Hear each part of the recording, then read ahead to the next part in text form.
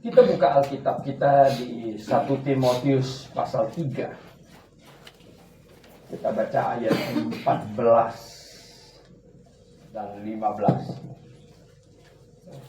1 Timotius pasal 3 ayat 14 dan 15. Bunyinya, ya banyak kali kita sudah membacanya. Semuanya itu kutuliskan kepadamu, walaupun kuharap segera dapat mengunjungi engkau. Jadi jika aku terlambat, sudahlah engkau tahu bagaimana orang harus hidup sebagai keluarga Allah, yakni jemaat dari Allah yang hidup, yang penopang dan dasar kebenaran.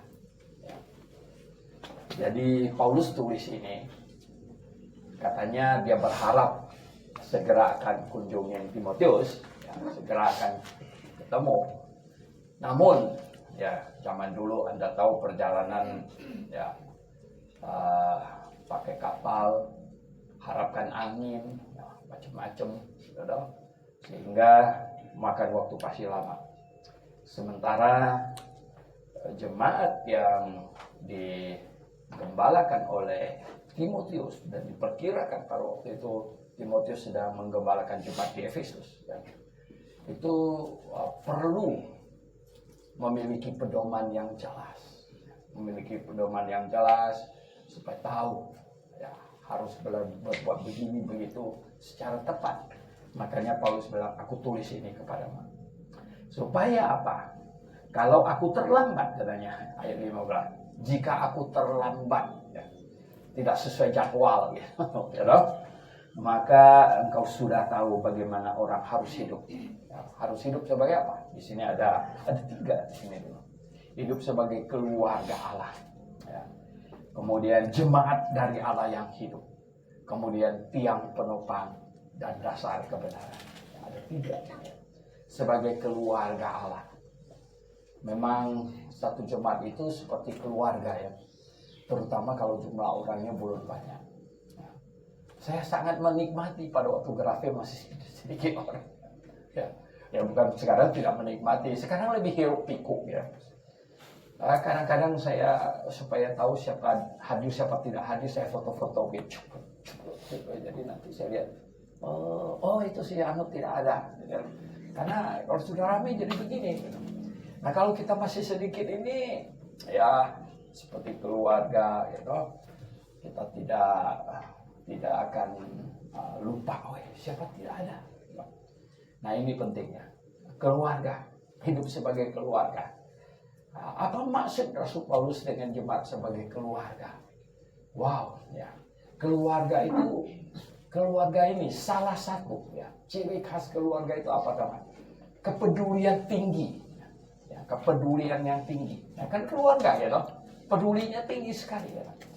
Ya masa ada makanan kita habis sendiri, nggak tunggu keluarga yang lain, ya, masa begitu, ya loh? Namanya keluarga, ya loh. Masa keluarga kita sedih, kita tidak ikut sedih, ya. Masa keluarga kita kena musibah, kita happy aja, ya, nggak mungkin. Nah ini keluarga, hidup sebagai keluarga, penting sekali ini, ya. Ya, betul, ya. Makanya gembala itu sebenarnya di dalam Alkitab ada 3 istilah yang persis sama, ya, yaitu penatua, ya, penilik, dan gembala. Mengapa kita lebih senang pakai gembala? Ya, penatua sebenarnya ini istilah yang ke-Yahudian, karena orang Yahudi disebut tua-tua Yahudi, ya. Tua-tua, walaupun masih muda, ya, kalau menjabat jabatan penting disebut tua-tua, gitu, ya. Ini, ya, tua-tua. Hamlet ini belum tua ini, ya loh. Tua-tua. Nah, penilik, ya, penilik itu ditilik, gitu, tilik, ya. Jadi tilik ini pengawas sebenarnya, pengawas, penilik, ya. Nah, gembala. Tuhan sendiri lebih memakai gembala, ya. Dia pernah tanya Petrus sampai 3 kali, toh, ya. Tanya Simon, anak Yohanes, apakah engkau mengasihi aku lebih dari mereka semua? Petrus sampai 3 kali nggak enak. Ya. 3 kalinya setelah Petrus jawab, Tuhan Yesus ngomong apa? Dia nggak bilang apa? Dituah-tuahin aja mereka. Gitu. Nah, ya. Atau ditilik-tilik aja mereka. Tidak. Tapi dia bilang apa? Gembalakanlah. Ya. Domba-domba. Gembalakan.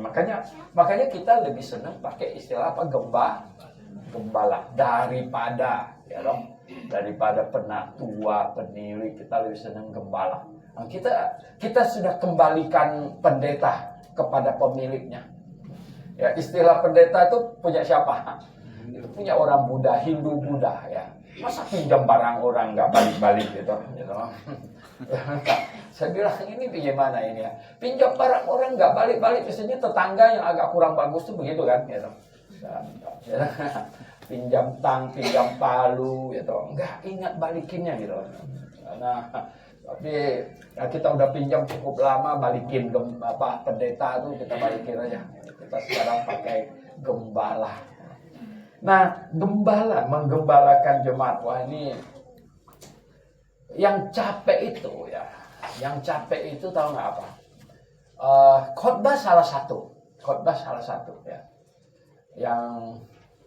Yang paling ngeri itu tahu nggak? Gembalanya GBIA, penginjilnya. Kenapa? Karena kita nggak tukar-tukar mimbar undang-undang orang dari tempat lain, betul nggak? Ya. Makanya jadi gini ya. Kalau saya bilang kalau di sini Hamlek masih ada Pak Selvius ya, backup sedikit. Kan. Ada tempat mereka itu tahu nggak?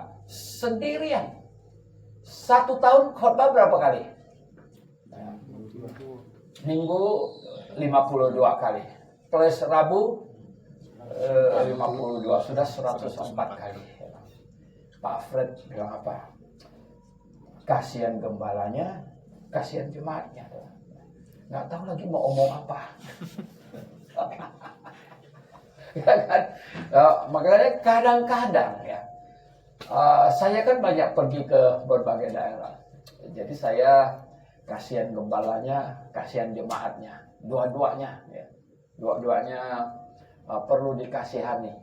Kami di Jakarta sekarang ada 3 gembala. 1 bulan saya khotbah 2 kali. Ya, Stephen sekali, Andrew 1 kali. Ya. Kalau ada minggu ke-5, ya 1 tahun kalau salah 3 kali ada minggu ke-5 gitu. Itu baru kasih ke penginjil yang lain yang ada di Jabodetabek. Ya. Dan kalau Rabu malam ada kasih mahasiswa senior. Ya. Mahasiswa senior yang ya sudah hampir-hampir tamat, gitu ya. Nah, menggembalakan, ya, memang salah satu khotbah itu beban.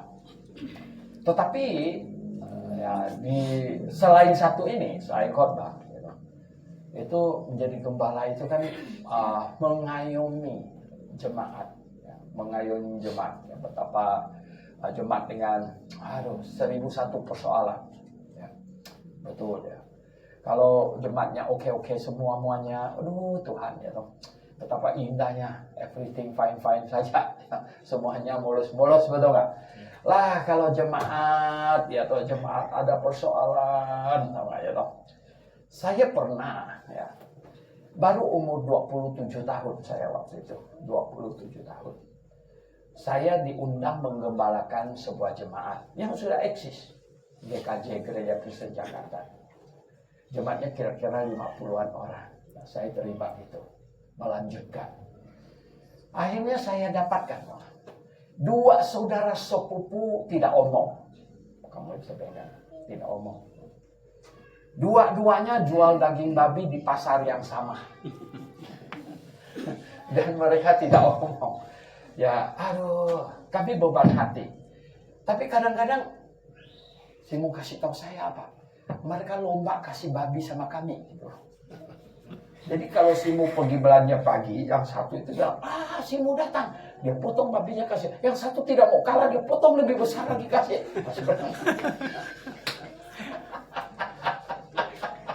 ini masih 30-an tahun lebih yang lalu. Ya, jadi, aduh, tapi walaupun dapat babi banyak gitu kan, kita pusing juga, tau nggak? Pusing juga apa tau? Kalau paduan suara tau nggak? Yang satu berdiri sini, satu berdiri sini. Lah, nggak ngomong sama-sama nyanyi puji Tuhan, saya bilang ini nggak benar. Ini nggak benar ya. Ini Tuhan ini gimana mau denger lagu orang, betul nggak? Ya, ini gimana? Akhirnya tau nggak apa? Satu kali, saya baru ingat, saya umur 27 tahun waktu itu, masih muda ya. Ya jauh sekali, baru Ustaz. Saya panggil mereka semuanya, saya bilang, kalian dua tidak boleh begitu. Ya. Oh, mereka tahu. Akhirnya apa? Ya udah, sudah diomongin, ya saling memaafkan, salam-salaman. Salam-salaman, sudah memaafkan. Oke, kita berdoa. Ya, doa, minta maaf, doa. Yang satunya doanya, dalam doa dinyalain yang satu.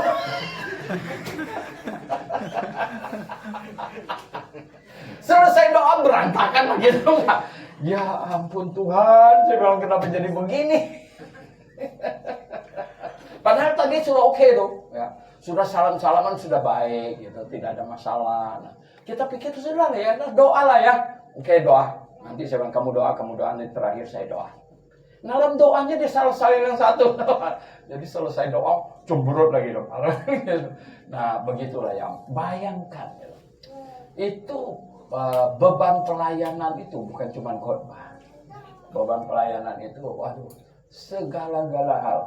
Segala-gala hal. Nah, maka itu, ya, ini keluarga. Ya, bicara keluarga. Bayangkan, ya. Keluarga sebagai satu keluarga. Ya. Orangnya kurang, ada senengnya, ada susahnya. Orangnya banyak, ada senengnya, ada susahnya juga, betul nggak? Orangnya kurang, aduh, kita kan mau tambah orang, ya. Tambah orang bukan tidak ada persoalan, ya persoalan tambah juga. Ya. Semakin tambah orang, persoalan semakin tambah, gitu ya. Nah, inilah ya situasinya. Oke, sebagai keluarga, kata Rasul Paulus, ya. Bagaimana orang harus hidup sebagai keluarga. Sebagai keluarga itu sebenarnya kan, tadi itu kan saling memperhatikan. Ya, yang tinggi. Yang kedua tahu nggak sebagai keluarga itu apa? Tenggang rasa. Ya kan? Keluarga kan mesti apa? Tenggang rasa gitu ya. Saya bilang menggembalakan jemaat sudah 30 lebih tahun saya. 30 lebih tahun. Saya sudah banyak konseling suami istri yang bentrok, ya, segala macam gitu. Saya bilang sebenarnya itu gini ya. Suami istri itu kan mirip-mirip kita bawa mobil. Oh, di jalan yang sempit, ya nggak? Kita bawa mobil, kelihatannya nggak bisa lewat loh, ya nggak? Ini bisa tabrak, jalan ini terlalu sempit. Tapi heran, ketika mendekat, dia minggir sedikit, sini minggir sedikit, apa? Mulus ya nggak lewat. Nah kira-kira suami istri masih macam begitu sebenarnya nggak? Yang satu minggir sedikit, yang satu minggir sedikit. Bukan yang satu mati, gitu. I'm right my way, kalau orang Amerika bilang. Ini jalan punya saya, kau yang turun ke trotoar. Kalau perlu turun got. Nah itu nggak bisa, ya bukan begitu ya.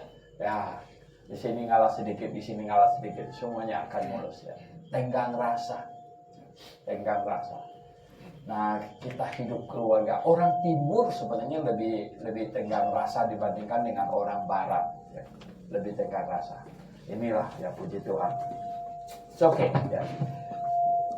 Ketinggian dikit ya gitu ya. Atau saya turunin sebenarnya.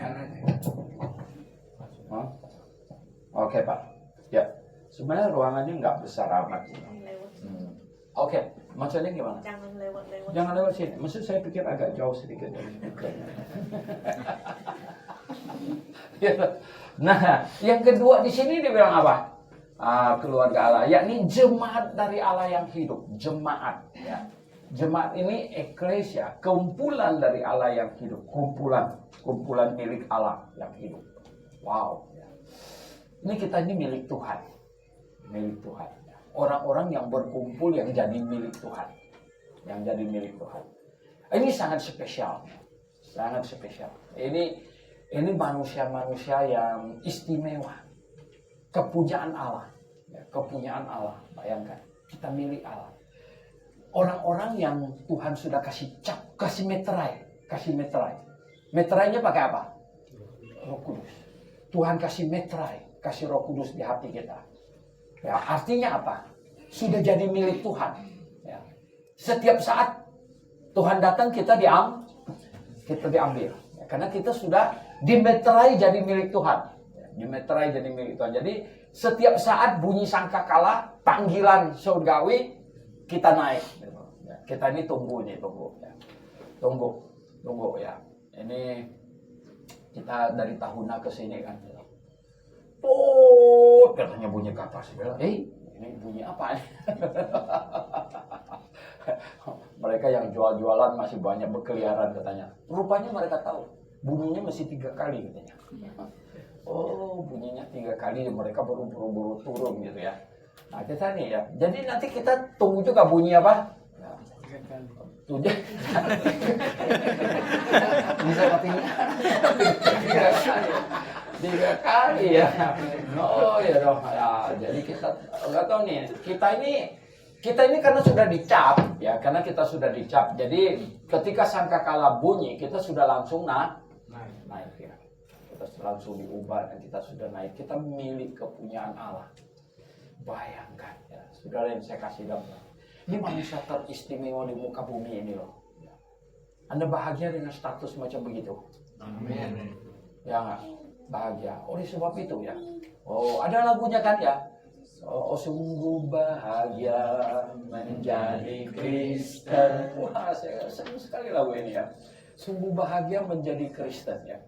Cuman orang Kristen yang dalam segala keadaan nyanyi. Mati juga nyanyi. Betul nggak? Nah, itu mati nyanyi ya. Di kuburan nyanyi. Semuanya nyanyi ya. Kenapa? Karena sungguh bahagia menjadi Kristen ya. Tinggal tunggu jemputan kok. Ya. Tinggal tunggu jemputan. Ya. Betapa indahnya. Nah oleh sebab itu ya selagi ada waktu di muka bumi ini kita mesti akur-akur ya. Ya enggak? Kita mesti akur-akur ya. Memang ya di dalam keluarga, di dalam kumpulan orang milik Tuhan ya. Tidak tertutup kemungkinan. Tentunya bisa saja terjadi ya persenggolan ya loh. Saudara kandung saja bisa, betul nggak? Oh sering ya saudara kandung. Adik saya marah sama saya nih, tanya si mau tahu itu. Ya marah sama saya. Dia keluar dari grup keluarga kita. Ya. Dibawa masuk lagi gitu. Ngomong-ngomong dia tersinggung lagi, keluar lagi. Oh begitu kan. Akhirnya saya bilang beda. Ya loh, kita ini kakak adik, ya loh, ini grup kakak adik loh, ya loh. Ya loh. Apapun yang terjadi nggak boleh ada yang keluar grup. Nggak boleh ada yang keluar grup, saya bilang ya loh. Nah, ya loh, kadang-kadang ini kan ya loh, bisa ya loh. Nah, oleh sebab itu ya.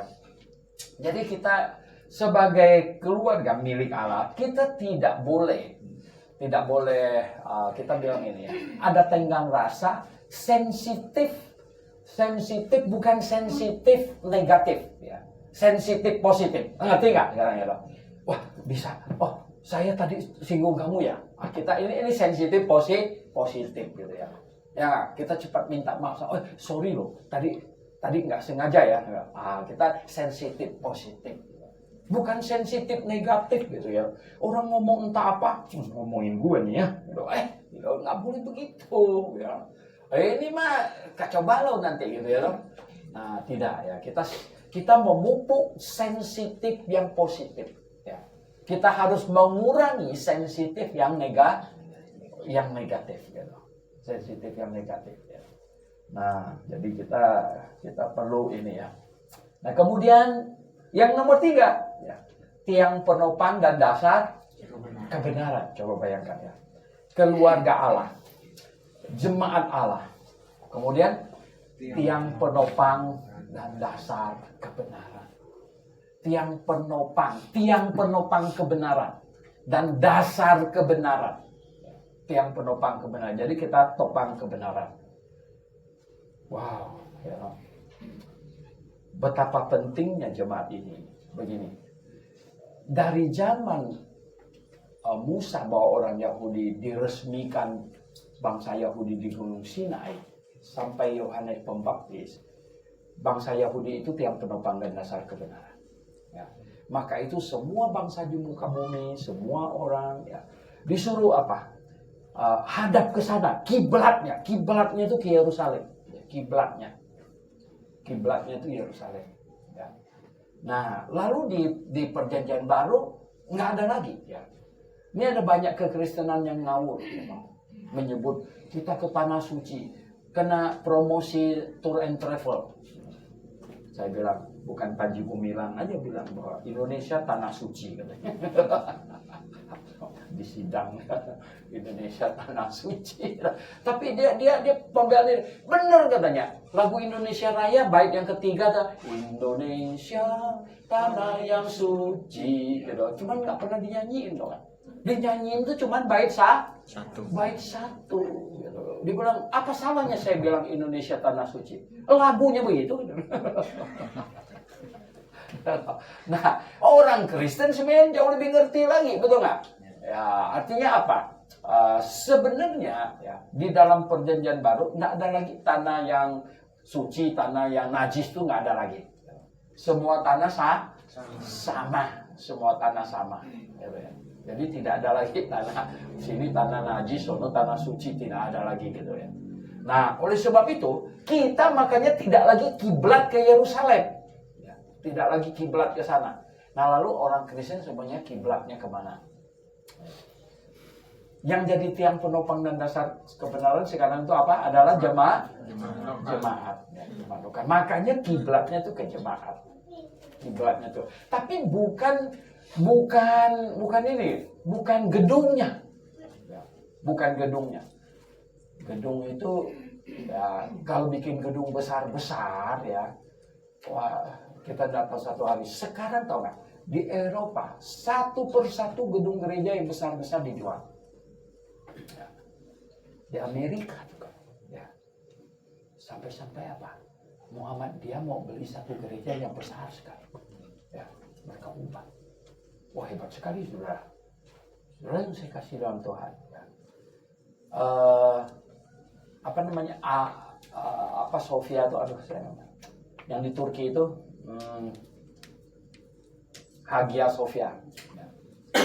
Itu kan gerejanya besar sekali. Saya sudah pergi lihat ke sana. Oh, dia besar, sungguh besar. Ya. Besar. Itu gereja yang dibangun kapan dulu itu besarnya bukan main. Tahu nggak? Ya, setelah negara itu dikuasai oleh Muslim, ya, mereka tadinya malu-malu itu gereja dijadikan museum dulu. Jadi museum. Setelah jadi museum cukup lama, sekarang dijadikan masjid. Bayangkan, itu besar sekali. Terakhir waktu kami mau ke sana itu tahu nggak apa? Katanya apa? Ini kita disuruh buru-buru ya. Yang masuk ke situ sekarang ini buka sepatu. Kenapa? Nanti jam 11 ini akan dipakai untuk sembahyang. Jadi pakai sholat. Jadi kita buru lihat. Besar, saudara. Nah, jadi bukan masalah gedung. Bukan masalah gedung. Tapi jadi tiang penopang dan dasar kebenaran itu sebenarnya masalah apa? Masalah orangnya. Masalah orangnya. Kita percaya, kita ini orang yang percaya gereja setat itu kapan? Gereja setat pada waktu Yohanes Pembaptis membaptis orang yang percaya kepada Injil. Nah, waktu itu ada gedung nggak? Belum. Tidak ada gedung sama sekali. Tidak ada gedung. Ya. Orang yang percaya kepada Injil yang diberitakan oleh Yohanes, dibaptis. Nah, kemudian apa? Yang mereka jalan sana sini. Yang mereka jalan sana sini. Di sini udah syukur sekali ada tempatnya, betul. Kalau nggak, mereka jalan sana sini. Sampai Tuhan Yesus dibilang apa? Serigala dan ada tempat untuk membaringkan kepalanya. Ada Tuhan Yesus ya. Tidak ada. Jalan sana sini. Jalan Yerusalem, Galilea, balik lagi Yerusalem, Galilea, bolak-balik begitu. Tidak ada gedung sama sekali. Nah, tiang penopangnya apa? Ya, sebenarnya tiang penopang bukan tiang penopang atap, tapi tiang penopang kebenaran. Artinya apa? Kebenaranlah yang diangkat tinggi-tinggi. Oleh sebab itu, ya, jemaat yang saya kasih dalam Tuhan Yesus, yang paling utama, yang paling perlu ada itu apa? Adalah kebenaran. Kebenaran. Wow, kebenaran. Ya. Kalau jemaat tidak tahu kebenaran, apa yang kau junjung? Betul nggak? Kau topang apa? Topang apa? Makanya kita harus mengerti kebenaran, sehingga kita menjunjung tinggi kebenaran. Kita menjunjung tinggi kebenaran, mewartakan kebenaran, dapat bersaksi kepada orang, dan lain sebagainya. Wow. Ya, sekarang di Grafe kita ada gerakan baru lagi, kita ini terus menerus ya. Dan jemaat di sini ya, ada beberapa jemaat yang ikut dan sebagainya. Kita minta izin kepada rumah sakit, ada satu rumah sakit yang mengizinkan. Ya. Saya kurang ingat setiap hari apa? Setiap hari Senin. Ya. Kita diizinkan boleh pergi ke rumah sakit itu mendoakan orang pasien yang Kristen. Ya. Setelah sejumlah kali dilakukan, ada yang didoakan sudah sembuh, datang kematian. Ya. Nah, saya bilang sebenarnya ada banyak cara untuk kita bersaksi ya, kebenaran kita naikkan, kita junjung. Padahal kita tidak debat doktrin segala macam di situ loh, nggak debat doktrinnya. Kita cuma, Bapak Ibu sakit apa? Ya, oh sakit ini, ya, sudah berapa lama, ya, dan lain sebagainya. Pokoknya memperlihatkan ada apa ini ya, perhatian yang ya, kita doakan ya dia cepat sembuh, ya, dan lain sebagainya. Sehingga apa? Dia terkesan. Familinya yang nggak kunjungin, misalnya gitu kan. Kita datang, kita doa. Makanya selesai dia keluar dari rumah sakit, apa? Oh dia ingat ini datang ada sini lagi. Begitu. Sebenarnya ini bisa dilakukan ya, bisa dilakukan. Saya bilang ini indah sekali. Nah, penopang tiang penopang kebenaran. Oleh sebab itu, Bapak Ibu jemaat yang saya kasih dalam Tuhan, mari kita junjung tinggi kebenaran. Bersaksi itu semuanya. Bersaksi itu ya, bersaksi itu yang efektif itu tahu nggak apa? Efektif bersaksi itu adalah jemaat. Efektif bersaksi itu jemaat. Karena kalau gembala, penginjil, apa bersaksi, kita bersaksi. Di dunia sekarang itu, karena sudah ada banyak penginjil gembala yang ngawur, gitu, yang kacau. Jadi kita menginjil orang, dibilang, wah, itu kan, kenapa tau nggak? Nih, pendeta itu rajin menginjil. Kan dia ngincar persepuluhannya, akan ngawur. Padahal, kalau jemaat yang bersaksi, ya loh, saya bilang itu ya, ada satu bapak kita yang rambutnya sudah putih metah. Kalau bapak macam begini bersaksi, tinggal ngomong aja begini, kau lihat rambut gua. Betul nggak? Tahu nggak saya cari kebenaran berapa lama? Udah gua puter-puter sampai udah begini nih, baru ketemu. Ya, baru ketemu gereja yang benar. Saya udah meloncat gereja sana sini, baru ketemu. Nah, sebenarnya nggak usah ngomong banyak-banyak, udah. Oke, ya. Saya kasih tahu kamu aja. Nggak mungkin ya nggak nanya. Gereja mana sih? Ya kan. Begitu. Ya. Jadi bersaksi itu sebenarnya begini, ya. Tuhan Yesus omong banyak hal di dalam Alkitab yang dulu waktu saya anak remaja saya pikir itu salah. Di dalam Matius pasal 13 ayat 12 Tuhan Yesus ngomong gini. Barang siapa yang mempunyai akan diberi sampai berkelimpahan. Yang tidak punya akan diambil sampai yang terakhir dia punya. Tahu waktu saya anak remaja saya pikir Tuhan ini salah omong. Mestinya yang benar itu apa? Yang tidak punya dikasih. Yang punya yang diambil. Kenapa pula ini? Ya loh. Yang punya katanya. Dia apa katanya? Dikasih sampai berkelimpahan. Yang tidak punya, sudah tahu dia nggak punya, diambil. Nah gimana ini Pak? Ini saya lihat ke sini, jangan pikir saya ini lihat ada orang sini dulu.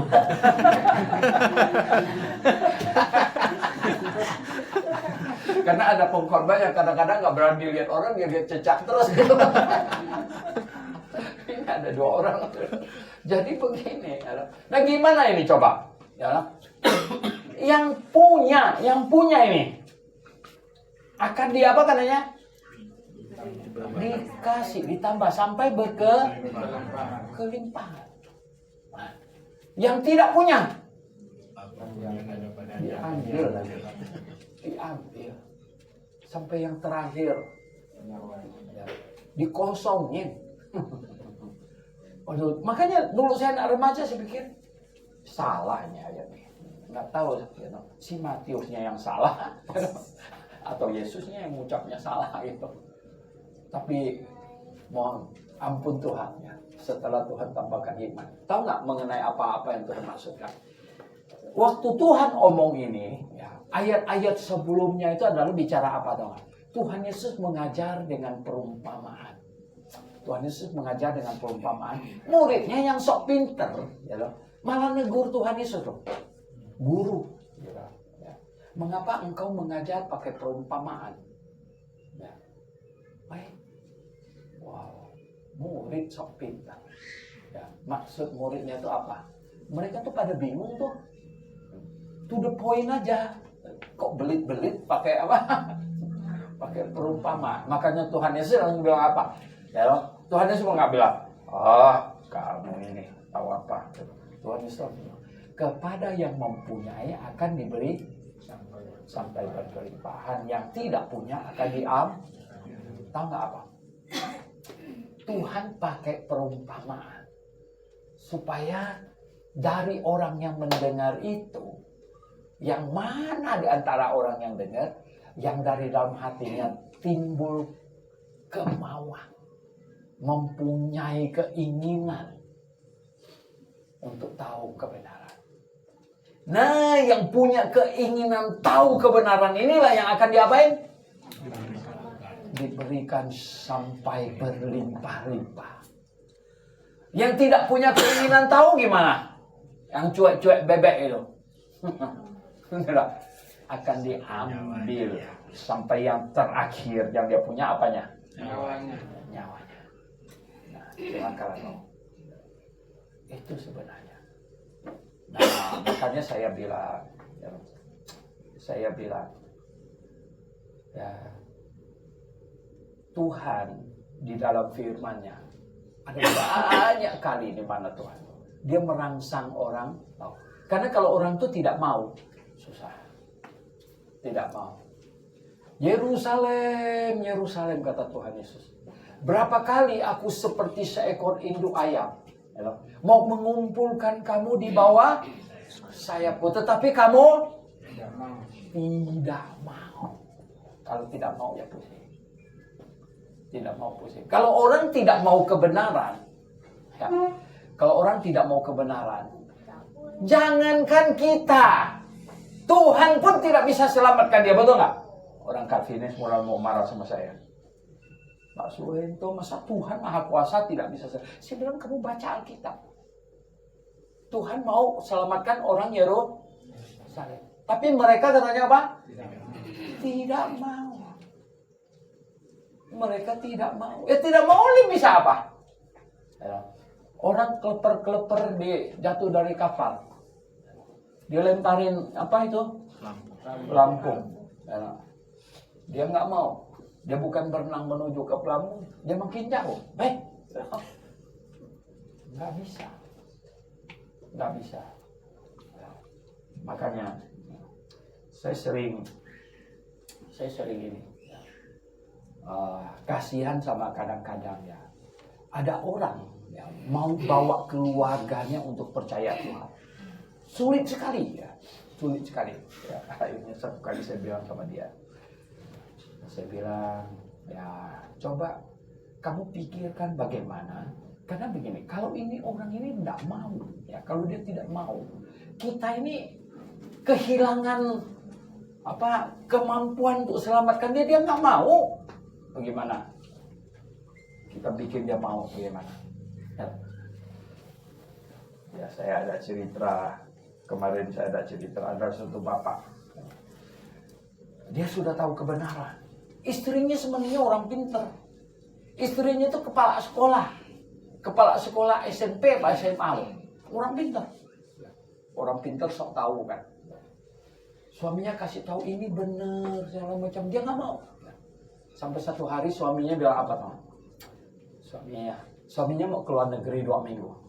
Suaminya beli buku saya beberapa biji.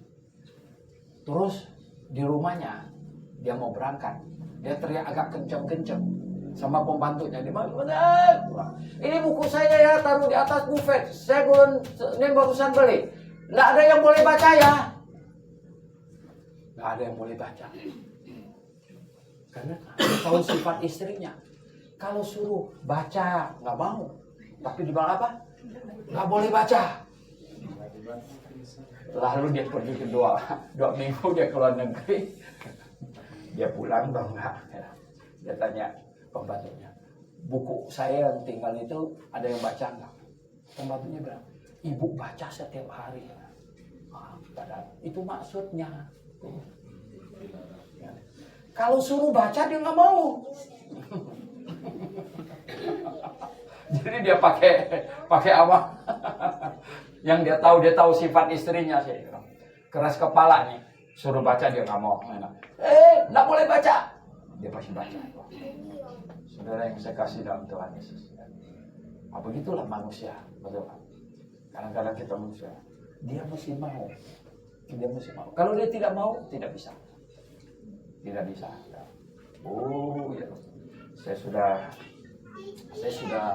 sudah ketemu dengan banyak orang yang istri mau selamatkan suaminya nggak bisa karena suaminya nggak mau. Yang suami mau selamatkan istrinya nggak bisa juga karena dia nggak mau gitu. Jadi gimana? Ya memang masih ini. Dia mau. Kalau dia mau, barulah gayung bersambut, betul nggak? Nah sekarang jadi jemaat sekalian, Anda tahu sekarang bagaimana bersaksi? Tahu? Kuncinya bikin apa? Ya, bikin dia penasaran. Nah, kadang-kadang kalau bikin dia penasaran, jadi dia ngajar, kan penasaran, ya kan? Kadang-kadang Injil itu kayak mancing, tahu nggak mancing apa? Mancing belut. Ya. Siapa sini pernah mancing belut? Pak Heru mancing belut, ya, mancing belut gitu ya. Saya masih kecil tuh sering mancing belut gitu. Kita tahu di lubangnya ini ada belut ya, ada belut ya. Terus kita tahu nggak? Kita kocok airnya, ya, kasih jangkrik di situ ya. Dia mulai naik. Yang benar kita mundur, dia mundur. Dia naik. Dia ditangkap gitu. Wah, mancing belut gitu. Ya, begitulah ya. Oke,